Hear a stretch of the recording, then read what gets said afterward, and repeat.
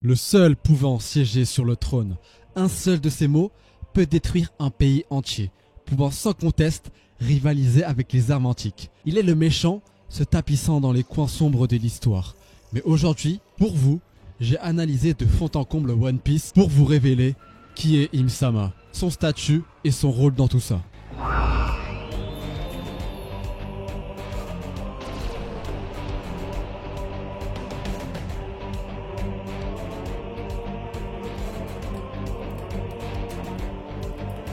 Tout d'abord, abordons ensemble les inspirations d'Im, car avant d'attaquer en profondeur qui il est, regardons plutôt à qui il correspond dans notre réalité. Inspiré de Medjed, le dieu égyptien, il est représenté par des yeux uniquement, car tout son corps est recouvert d'un vaste drap cachant tout son corps. Même si au Japon, sa popularité a assez explosé, on ne peut pas dire que ça soit le cas en France, ou même aux USA. Mais en tout cas, au Japon, c'est devenu une véritable petite mascotte. Il est l'un des dieux mentionnés dans le livre de la mort, mais malheureusement, il n'est cité que trop peu de fois pour avoir beaucoup d'infos, donc pour son inspiration, les indices ne sont que trop maigres, mais croyez-moi, ça suffit largement. Mais du coup, que dit-on de lui? Je connais le nom de ce frappeur, parmi eux, qui appartient à la maison d'Osiris, qui tire avec son œil, mais qui est invisible. Medjed, de par le nom frappeur, est celui qui met en action les châtiments. Mais comment fait-il? Eh bien, il le dit juste après qu'il est invisible. Personne ne l'a vu et il tire avec ses yeux.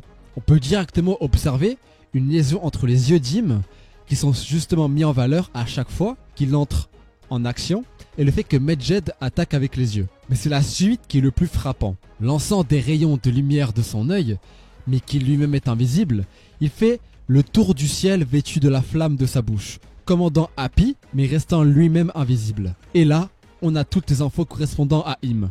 On a la reprise du fait qu'il tire de la lumière par ses yeux. Les yeux de Im sont mis en valeur. Mais en plus de ça, on nous dit que son châtiment apparaît du ciel et qu'il est vêtu de la flamme de sa bouche. Mais que veut dire la flamme de sa bouche? Est-ce une arme? Est-ce un vêtement? Moi je pense personnellement que c'est une métaphore pour justement dire que son arme est sa bouche. Donc ses paroles. D'où les mots prononcés pour le Lucia où ce pays n'a jamais existé. On nous dit ensuite qu'il commande Happy. Mais c'est quoi? Selon le mythe, il est une créature à tête de babouin. On sait que le singe est un animal totem de Luffy, peut-être un moyen de faire un lien justement avec un vaisseau ou le Mugiwara géant. Ne vous inquiétez pas, j'approfondirai ce point plus tard dans la vidéo, mais passons à la suite. Pour certains ayant vu mes anciennes vidéos, vous savez que Im est lié aux chiffres 1 et 6. Pour la simple et bonne raison que quand on prend le nom Imu, le I veut dire 1 et Mu veut dire 6 en japonais. Et c'est ce qu'on appelle la numérisation. C'est quelque chose qui est énormément utilisé par Oda et qui a été justement confirmé par lui-même dans les SBS. Mais du coup, grâce à ce chiffre, on peut voir de nombreux moments de One Piece où Im est apparu. Comme à tout hasard, le chapitre 1060 contient, attention, le chiffre 1 et 6. Et qui, encore comme par hasard, le chapitre où Im réapparaît depuis 100 chapitres. Donc en partant de ce fait-là, et en revenant au chapitre avant l'ellipse, nous a-t-on teasé Im-sama. Rendons-nous directement au chapitre 160, où on a l'apparition de l'ensemble des mercenaires du Baroque Works. Et j'ai cherché qui pouvait être en lien avec Im-sama, sans forcer les comparaisons. Et c'est là que je suis tombé sur une info importante. Im est lié à Bouddha. Car oui, en japonais, Im s'écrit avec ses symboles. Et Bouddha s'écrit avec exactement les mêmes symboles que Im. Donc on peut bel et bien dire que Oda a lié très fortement à Bouddha. Et là, l'évidence m'est apparue en approfondissant mes recherches. Paola, la seconde de Mr. One, possède un Dharma Chakra sur son ventre cachant son nombril. Cercle qui est symbole de vie éternelle sans début ni fin. Et le Dharma Chakra est comme par hasard un symbole bouddhique. Mais attention, ce n'est pas le seul chapitre où on aborde des choses vis-à-vis de Im, car toujours dans le chiffre 1 et 6, au chapitre 163, on nous dit que le temps est l'œuvre de Dieu. On nous fait la mention de Dieu pour l'une des premières fois. Au chapitre 106, par contre, on est plus dans l'ordre du théorique, car on a Luffy et Usopp formant des bonhommes de neige, sauf que Usopp, lui, construit une reine des neiges. Mais jusque-là, on n'a vu aucune représentation du froid lié à Im. Quoique, là où était gardé le chapeau géant, était bel et bien une chambre froide, comme on peut le voir sur la planche. Donc à partir de là, on a pu établir et découvrir des liens entre le bouddhisme, le froid, les chiffres et Im. Du coup, comme j'ai vu que c'était pas mal tourné vers le bouddhisme, j'ai voulu me tourner vers l'arc où les références bouddhiques sont les plus nombreuses, c'est-à-dire Skypiea, avec l'arche Maxime et sa tête en or, le troisième œil, le mantra, le chara-design des nerfs, etc. Et je me suis donc lancé dans l'analyse de cet arc et j'ai remarqué qu'on était totalement passé à côté d'un élément très important. Paola cachait son nombril avec son symbole bouddhique. Vous pouvez vous dire que c'est un élément futile, mais devinez quoi? Ce peuple a comme par hasard pour coutume de se dire bonjour en se disant nombril. Pourquoi utiliser ce mot? Eh bien le nombril est l'une des caractéristiques de Bouddha. Dans le bouddhisme, et tenez-vous bien, comme par hasard, elle est la 16e caractéristique. Donc on retrouve bel et bien les chiffres 1 et 6 qui symbolisent Im. Mais dans ce que je viens de dire, il y a aussi un élément à prendre en compte.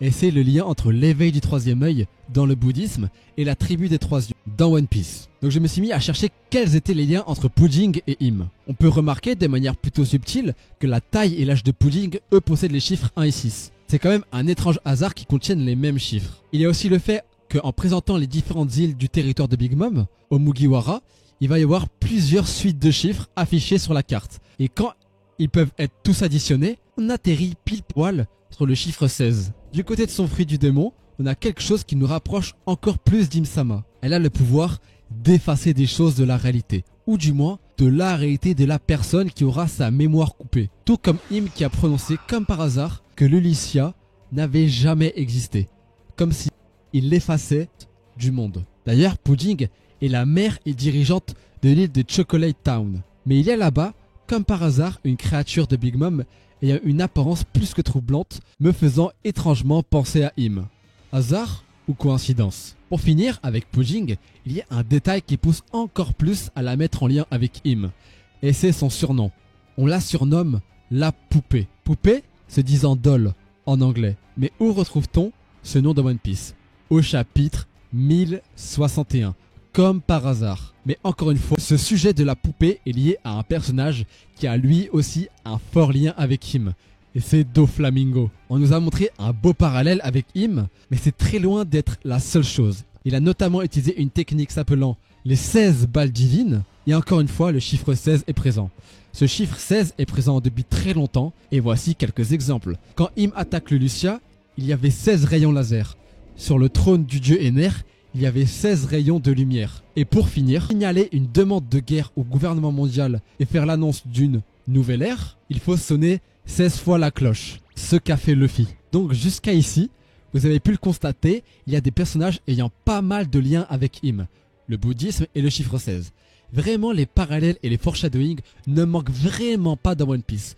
Mais jusqu'à maintenant, dans la vidéo, je ne vous ai expliqué que ce qu'il est, ou plutôt la source de son personnage. Comment Oda le préfigure, l'a construit et d'où il l'a tiré. Mais je ne vous ai pas encore révélé son rôle dans l'histoire. Qui il sera vis-à-vis de Luffy. Et bien sûr, pour le savoir, vous avez juste à m'écouter encore un peu. Ne serait-ce qu'un peu et vous ne serez pas déçus. Au début de cette vidéo, je vous avais parlé de Happy et Medjed, les inspirations de Im-sama.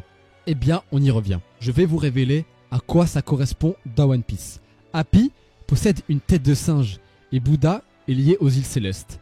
Donc j'ai voulu chercher des éléments de One Piece correspondant à Im et le singe et pourquoi pas aux îles célestes, et j'en ai trouvé. Dans les mini-aventures du prélat d'Ener, Gedatsu, il va rencontrer 4 différents animaux. Sauf que cette mini-aventure a un secret, un fond derrière tout ça. Elle préfigure les 4 dieux de One Piece. Le dieu de la pluie, du soleil, de la terre et de la forêt. Pour la terre, on a le gardien souterrain. Pour la pluie, on a le gardien céleste. Pour le soleil, on a le crabe d'Alabasta, car dans les mythes égyptiens, le crabe symbolise le soleil. Mais en plus de ça, ce crabe en japonais se dit Kani, qui inversé se dit comme par hasard Nika. Mais du coup, il reste le gardien de la forêt. Et devinez quoi? Comme par hasard, c'est un babouin. Ce qui insinuerait qu'Im-sama est le dieu de la forêt. Mais ce n'est pas le seul endroit où on a ce lien entre le babouin et la forêt. Car avant Jaya, on va rencontrer un homme nommé Shoujo, qui a pour équipage le Morinho Ito. Morinho qui veut dire forêt et Ito qui veut dire humain. Et comme par hasard, le symbole de leur équipage est le babouin. On aurait alors un foreshadowing sur Im-sama et le fait qu'il soit le dieu de la forêt.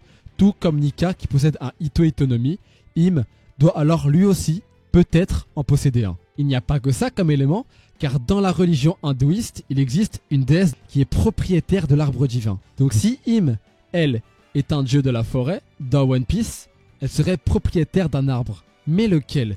Eh bien, à l'heure actuelle, nous en connaissons deux. L'arbre d'Adam et l'arbre d'Ève. L'arbre d'Adam a une localisation inconnue. Pour l'instant, nous savons que Ève donne la lumière aux hommes poissons. On sait aussi que l'île des hommes poissons se trouve pile poil en dessous de Marie-Joise, à 10 000 mètres précisément. Mais on nous a donné l'info que l'arbre d'Ève a une taille supérieure à 10 000 mètres. Ce qui veut dire qu'actuellement, l'arbre d'Ève doit passer par Marie-Joise. Donc Im serait alors en possession de l'arbre d'Ève, qui serait une représentation de l'arbre divin de la religion hindouiste, qui est une religion liée à Bouddha. J'aimerais rajouter pour la fin de cette vidéo qu'Im-sama aura sûrement de très forts liens avec Alabasta. Il ne faut pas oublier que de base, son inspiration est égyptienne, donc elle a forcément un lien avec Vivi, ce qui expliquerait peut-être le fait qu'Im ait kidnappé Vivi. Peut-être un mariage, peut-être une prise d'otage, peut-être une précaution contre un pouvoir secret que Vivi possède, mais en tout cas, nous ne pourrons le savoir qu'en regardant la suite de One Piece. Merci à vous énormément d'avoir suivi jusqu'à la fin cette vidéo. C'était l'une de mes préférées à écrire et j'espère qu'elle vous aura plu. N'hésitez pas à liker, commenter, partager à tous vos amis. J'aimerais vraiment qu'elle fasse au-dessus des chiffres habituels. Et ça aiderait aussi peut-être la communauté à en savoir plus sur le personnage d'Im-sama. D'ici à la prochaine vidéo, portez-vous bien. C'était Scanor. Au revoir.